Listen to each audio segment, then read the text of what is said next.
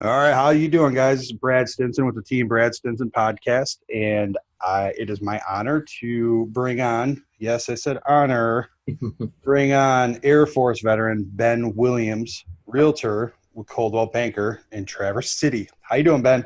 Doing great, and the honor's all mine, Devil Dog. Well, thanks for being on the podcast, and I'm happy to announce that Ben's going to come on a monthly basis and provide us a brief update on the housing market. What are those 5 counties? And without further ado, what are those housings? What's the housing market Well, the housing market up here is, in my opinion, doing very well, doing very great. The inventory is still low, and buyers' activities is still high. The counties that I primarily hit are Grand Traverse County, Leona County, Antrim, Benzie, and Kalkaska County. I do have a few sales in the Wexford County, but primarily most of those deals are out of, handle the Cadillac area. So don't really get down to Wexford too terribly much.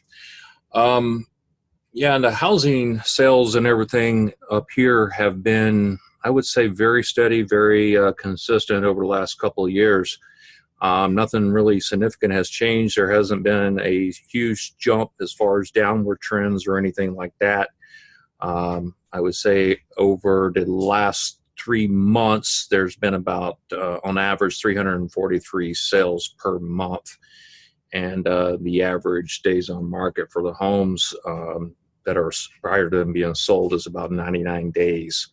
And the average sales price up here is shooting around 268. And with most homes selling within 3% of their asking price. Okay, so you're saying that average days on market is 99 days. Now, is that from the time that you list it and it goes live until the time that it closes it, or like what days? How are you tracking that number? Typically the days on market includes when it's born, basically on the MLS, the cradle days, to when the keys are exchanged by the buyers. Oftentimes during that period, say 99 days, the house is listed, it's on the market, the buyers are kicking the tires, and then the house goes under contract. And then most of the time, since a lot of the buyers up here are using lender to finance their home purchase, the lenders typically have about a 40 to 45 day closing period. So the 99 days includes that lender closing period of 40 to 45 days. Lender closing period of 30 to 45 days. What sort of financing terms are you talking here?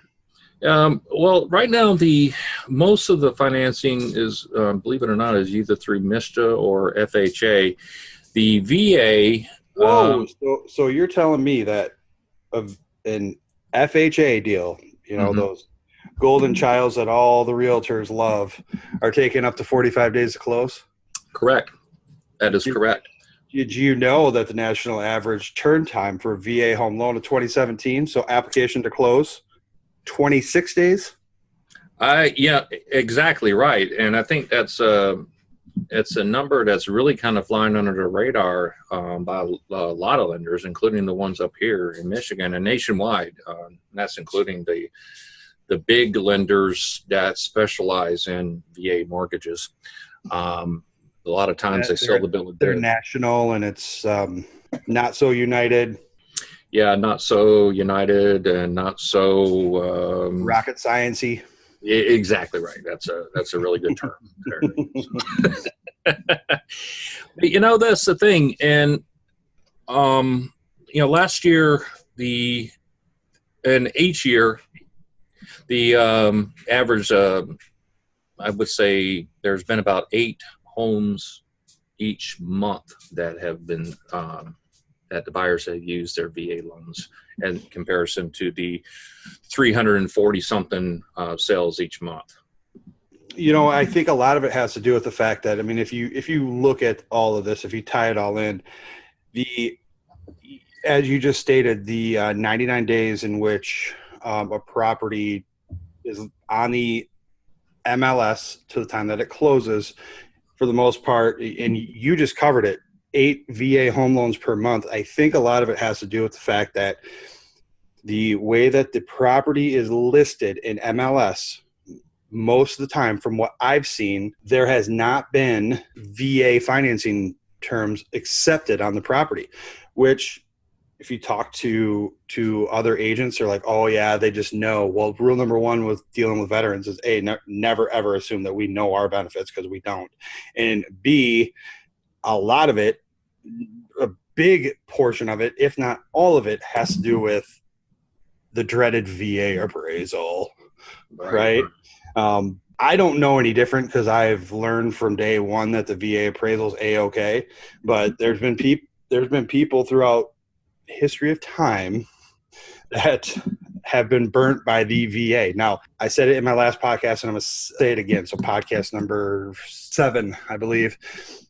Quit blaming the VA for this shit, because I am so sick and tired of people blaming the VA for the things that happened 10 years ago or 20 years ago. Now, yes, the VA has had some flaws in the past. We can all agree that.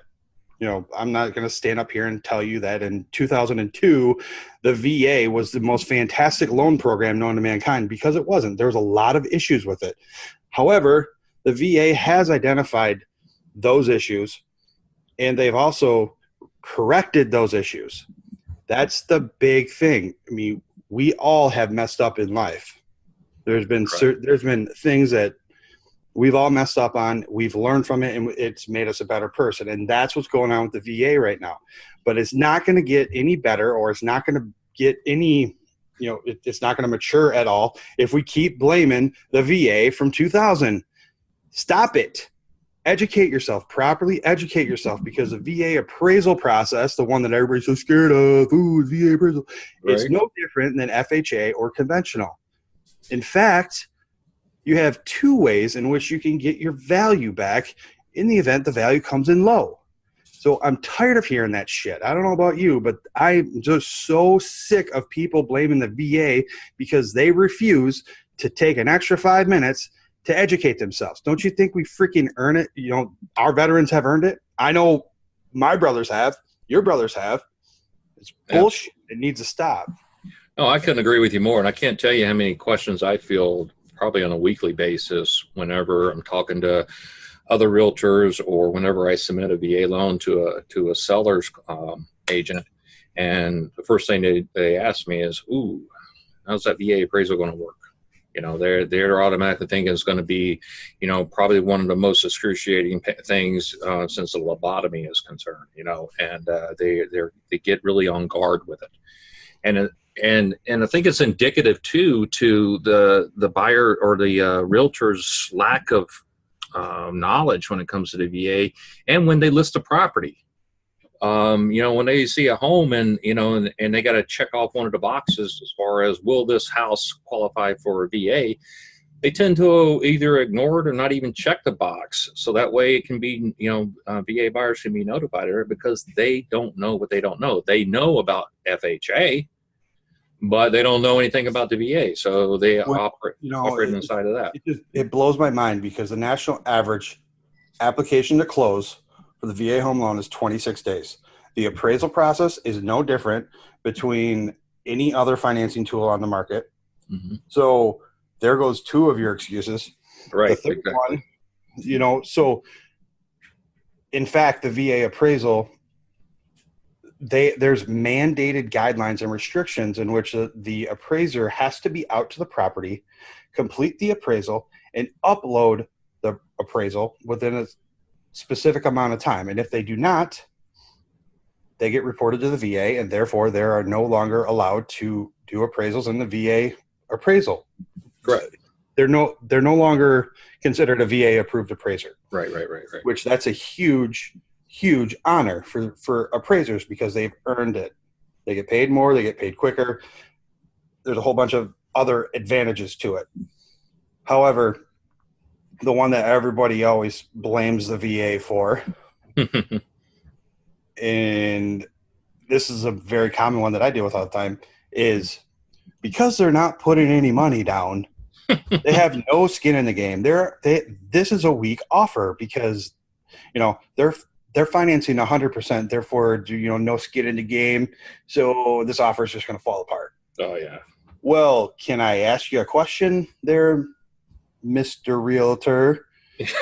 Can you put a dollar sign on valor? Can you put a dollar sign on the fact that we were all willing to give our life for this country? Yeah, and that's something that they completely, for them, and I don't want to get on a moral crusade here, but I think it's one of those things they can't relate, and when you have veterans who are in our position, either a realtor or loan officer and whatnot, we have a little bit more better appreciation on the value of service and what it took to sign that blank check to represent and serve our country, good, bad, or indifferent. And going back to the financial strength of a VA home buyer and their quote unquote lack of skin in the game, one thing I also found interesting with the numbers is that over the last 3 months this year and last year, the VA sales that have closed all closed within 2% of their asking price. The average, if the other financing options, including cash, close within 3% of their asking price. So that tells me, in my opinion, a couple of different things. One is that when a veteran buys a house, he buys it because he knows he's going to be there for a while, and he's going to invest his time, money, and appreciation value into that home. And two, it just speaks to their character. They're not going to be the one who gets up and runs away from the house. This is their homestead, and whereas other financial arms, so to speak, it's not about loyalty. It's about okay, I'll be here for 5 to 7 years and I'll turn around and sell. Whereas a veteran, it's that loyalty value is in play there, and it carries on to the pride of ownership of a home. No, absolutely. You hit the nail on the head. The buyer profile, the veteran buyer profile of 2017, min FICO score 720, average amount of household money. So how much money do they make every year? $82,000 a year.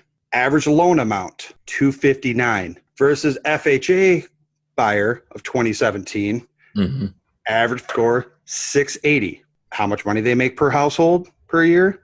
55. So we're talking 57. So we're talking $34,000 difference. Yeah. How much money they make. Average loan amount 179. So tell me in this equation how this FHA client is a better buyer than the veteran buyer. Yeah. Because the veteran buyer blows the FICO score out of the water. How much money they make per household blows that one out of the water. And average loan amount, so how much money the realtors are going to get paid, blows it out of the water too. Everybody's so scared. This ain't your granddad's VA anymore. Get over it. So everybody's so scared of that. Give the VA a chance. I'm telling you, it works as long as you have a lender who knows what the hell they're doing. And a realtor that's not afraid to take it on too. That's right. And that's the one thing that I really love about my veterans and working with my veterans is the fact that, one, I know that they're strong. I know they're financially strong. I know that they, on average, they got, they come in with a high FICO score. And if anything, and kind of like what, piggybacking on what you said about the FHA, if I was a seller and I received a VA buyer, and I'll put on my dunce hat and say, I don't know the difference between FHA and VA. But if somebody told me that an average VA buyer had a better FICO score than an FHA buyer, and that would tell me, okay, there's a higher probability that they're going to carry this transaction all the way to closing. They're not going to be some brain dead individual that's going to take out a freaking credit card right before closing or decided my boss is not my best friend, so I'm going to quit my job right before closing. Never say never. Never say never. I'm just saying. They're less likely to do that. They understand. Right. They follow orders. Right. So to bring it back in, housing market, we've had 8 VA sales per month on average out of, 343? Yeah, 343 sales over the last, per month over the last 3 months here in 2008. 2017 over the last 3 months was 361 sales, and VA has consistently been for 2017 over the last 3 months 8 sales as well. So that's the other thing too. You can look at VA is the steadiness. Everything's steady, and even in this housing market, the VA buyers are there. And I think a lot of it has to do with us not asking our clients, are you or your spouse a veteran, number one, right? Or the way that the property is listed in the MLS, because there's right. if it doesn't say VA financing terms, then what is going to make a veteran think that they can go to that home, walk through, because they're using VA financing. So for anybody who's listening, if a property states FHA as a financing term but not VA, I can guarantee you that property will go VA all day, every day. And if it does not, you need to get a new lender and you need to get a new agent. I couldn't agree with you more. And, I think that's kind of a reflection too of the lack of VA knowledge and, intelligence up here, at least in this area, when it comes to loan officers and realtors, is that if you get a veteran who already doesn't know a lot about the VA, he's relying on industry experts such as yourself and I to provide that information. And if you're working with an agent or a loan officer who doesn't specialize in VA loans, a lot of times, a veteran's going to get steered the wrong way and is going to miss out on tons of money and tons of opportunity and a great home. We're not going to say steer. We're going to say given the wrong advice. My apologies to my colleagues. Steer is very, that's a very naughty word. It's a very naughty word in this industry. So, Ben, I appreciate your time and coming on the podcast. I look forward to working with you every month.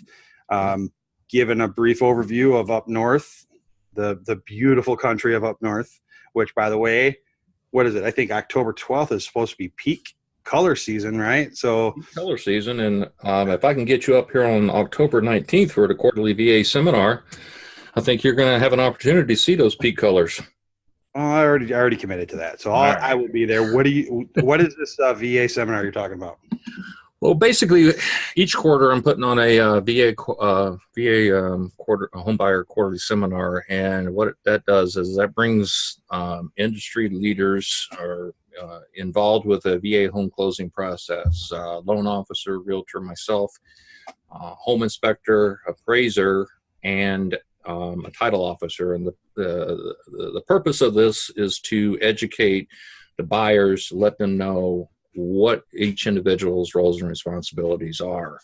Although the face of the transaction is always the loan officer and the realtor, it's I have found that it's a buyer is less stressful when they truly understand the process and who's responsible for what and how that transaction is going to work. So knowledge is power in this case, and I think with the quarterly home buyer seminar, that helps at least the people who do come out, gives them a little bit more knowledge and a little bit less stress when it comes to buying their next home. Yeah, absolutely. I mean, we're going to be handling teaching on who's eligible for the VA home loan, why you can purchase multiple homes using the VA home loan. Mm-hmm. There's many things in which many myths and misconceptions that us veterans think, or have been told by other veterans because they've been told by some industry professional, as you referred to it, that are just not right. So I'll be up there. I'll be teaching, presenting, I don't know, what was it, 10 or 15 minutes on eligibility and some other stuff. And Ben is also going to teach you a little bit about what he does and how he's going to take care of you. And we'll stick around for any Q&A, like just one-on-one stuff. If you have any questions in regards to VA home loan, I highly recommend coming out. Get it straight from the horse's mouth, not from somebody else. And where is it? It's at the VFW. Yes, the VFW here in Traverse City is VFW Chairland Post 2780, and it's located at 3400 Veterans Drive in Traverse City, Michigan, 49684. All right, so that's Friday, October 19th from noon to 1. Noon to 1. Roger that. And like I said, I plan on staying later, being there a little early. I don't know if the doors are going to be open at any time before 11, but we'll be there. We'll be doing this. Stop on by and see us. And other than that, any final words, Ben? No, like I said, don't be shy. Come on out and buy. Roger that. If you want to get a hold of Ben, I'll put his contact in the podcast description. And with that being said, this is Brad Stinson. Have a great week. I'm out of here. Semper Fi. Thanks, Ben. Thank you.